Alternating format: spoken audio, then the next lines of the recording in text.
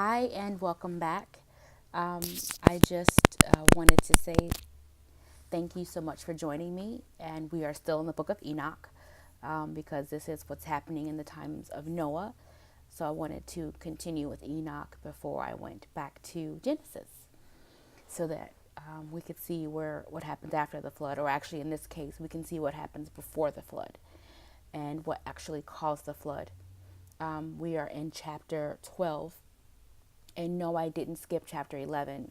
It's just that for some reason my book doesn't have chapter 11 and it's a trusted source. So I didn't want to go digging around and find something that was written a little differently. So if you have chapter 11, I'll be, please share it with me and we can compare notes. All right. So the book of Enoch, chapter 11, section 3, chapter 12, section 3. Before all this, Enoch was concealed, nor did any one of the sons of men, know where he was concealed, where he had been, and what had happened. He was wholly engaged with the holy ones and with the watchers in his days. I, Enoch, was blessing the great Yahweh, or Lord, and King of peace. And behold, the watchers called me Enoch the scribe. Then the Lord said to me, Enoch, scribe of righteousness, go tell the watchers of heaven who have deserted the lofty sky and their holy everlasting station, who have been polluted with women, and have done as the sons of men do, by taking to themselves wives, and who have been greatly corrupted on the earth, that on the earth they shall never obtain peace and remission of sin, for they shall not rejoice in their offspring. They shall behold the slaughter of their beloved, shall lament for the destruction of their sons, and shall petition forever, but shall not obtain mercy and peace. Then Enoch, passing on, said to Azazel, Thou shalt not obtain peace. A great sentence is gone forth against thee.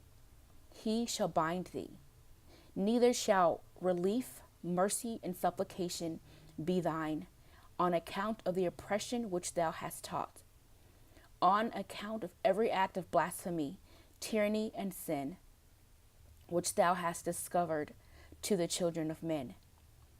Then departing from him, I spoke to them all together, and they all became terrified and trembled, beseeching me to write for them a memorial of supplication, that they might obtain forgiveness, and that I might make the memorial of their prayers ascend up before the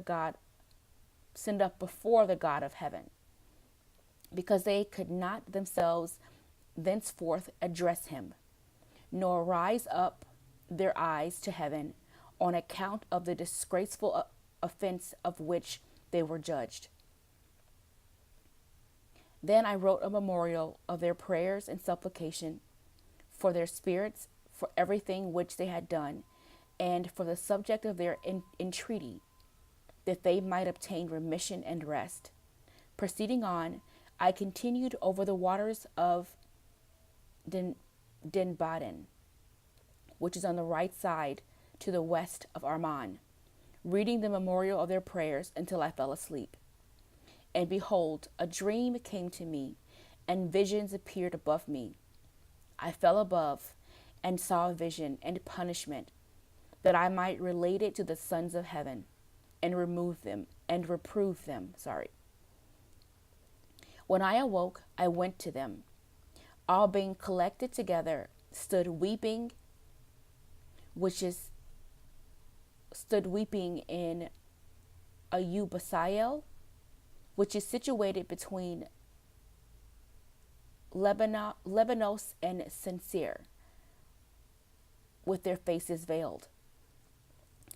I related in their presence all the visions which I had seen and my dream, and began to utter these words of righteousness, reproving the watchers of heaven.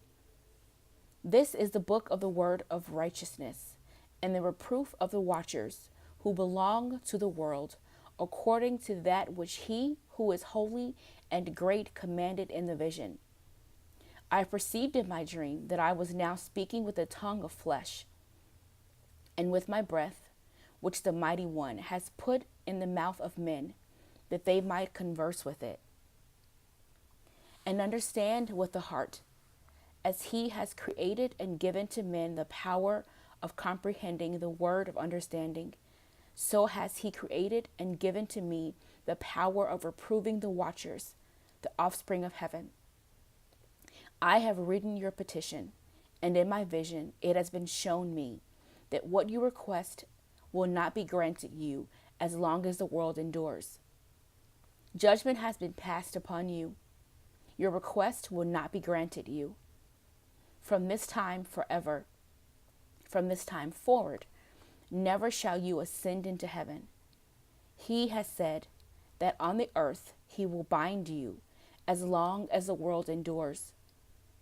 But before these things you shall behold the destruction of your beloved sons. You shall not possess them, but they shall fall before you by the sword. Neither shall you entreat for them, nor for yourselves. But you shall weep and supplicate in silence the words of the book which I wrote.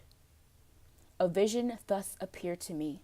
Behold, in that vision, clouds and a mist invited me, agitated stars and flashes of lightning impelled and pressed me forward, while winds in the vision assisted my flight, accelerating my progress. They elevated me aloft to heaven. I proceeded until I arrived at a wall built with stones of crystal, a vibrating flame surrounding it, which began to strike me with terror. Into this vibrating flame I entered, and drew nigh to a spacious habitation built also with stones of crystal. Its walls too, as well as pavement, were formed with stones of crystal, and crystal likewise was the ground. Its roof had the appearance of agitated stars and flashes of lightning, and among them were cherubim of fire in a stormy sky. A flame burned around its walls, and its portals blazed with fire. When I entered into the dwelling, it was hot as fire and as cold as ice. No trace of delight or life was there. Terror overwhelmed me, and a fearing shaking seized me.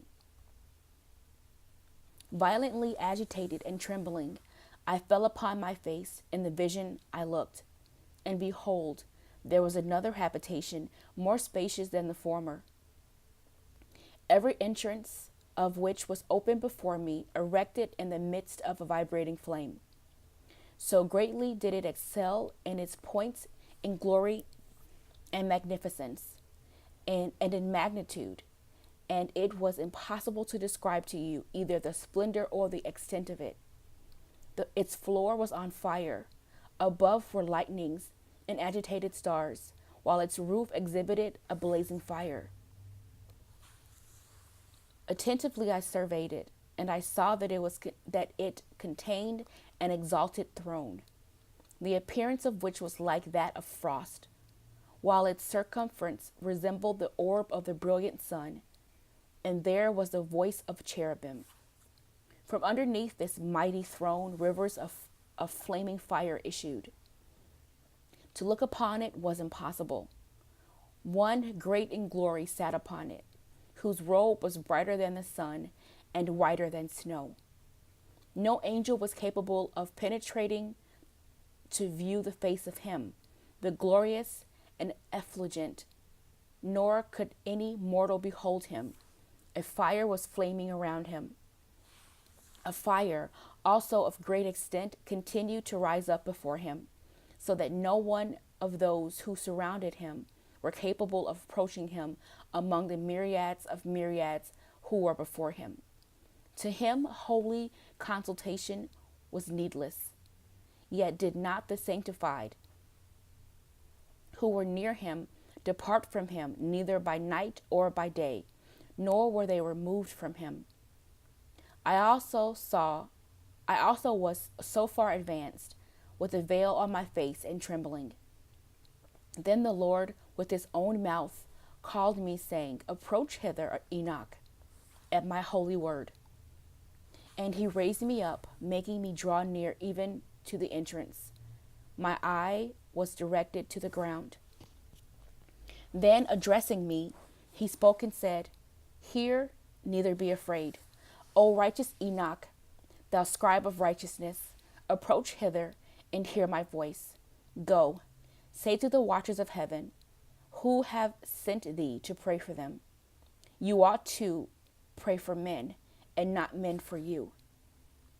Therefore, have you forsaken the lofty and holy heaven, which endures forever, and have lain with women, have defiled yourselves with daughters of men, have taken of yourselves wives, have acted like the sons of earth, and have begotten impious offspring? You, being spiritual, holy, and possessing a life which is eternal, have polluted yourselves with women, have begotten in carnal blood, have lusted the blood of men, and have done as those who are flesh and blood do. These, however, die and perish. Therefore, I have given them wives, that they might cohabit with them, that sons might be born to them, that this might be transacted upon earth.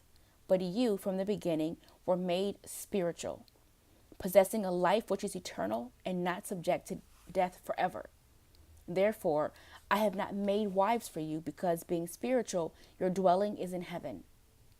Now, the giants who have been born of spirit and of flesh shall be called upon the earth evil spirits, and on earth shall be their habitation.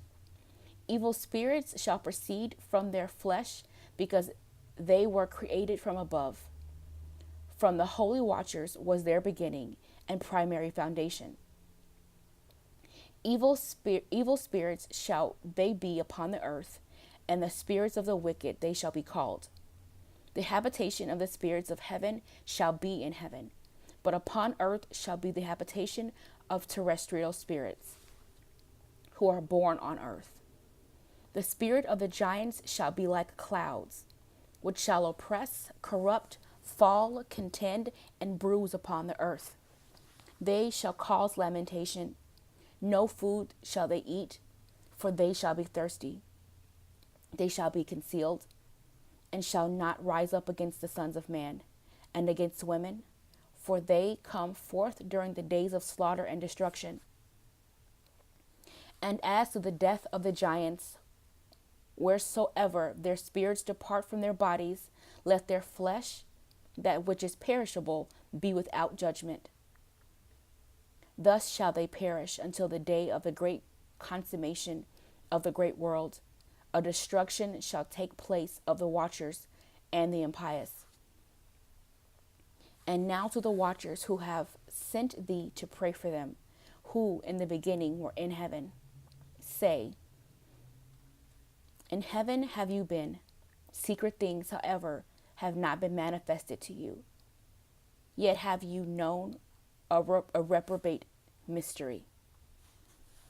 And this you have related to women in hardness of your heart. And by that mystery have women and mankind multiplied evils upon the earth. Say to them, never therefore shall you obtain peace. So I'm going to stop there because it's going on about 15 minutes. I will continue with chapter 17, section 4 next time. Thank you so much for joining me, and God bless.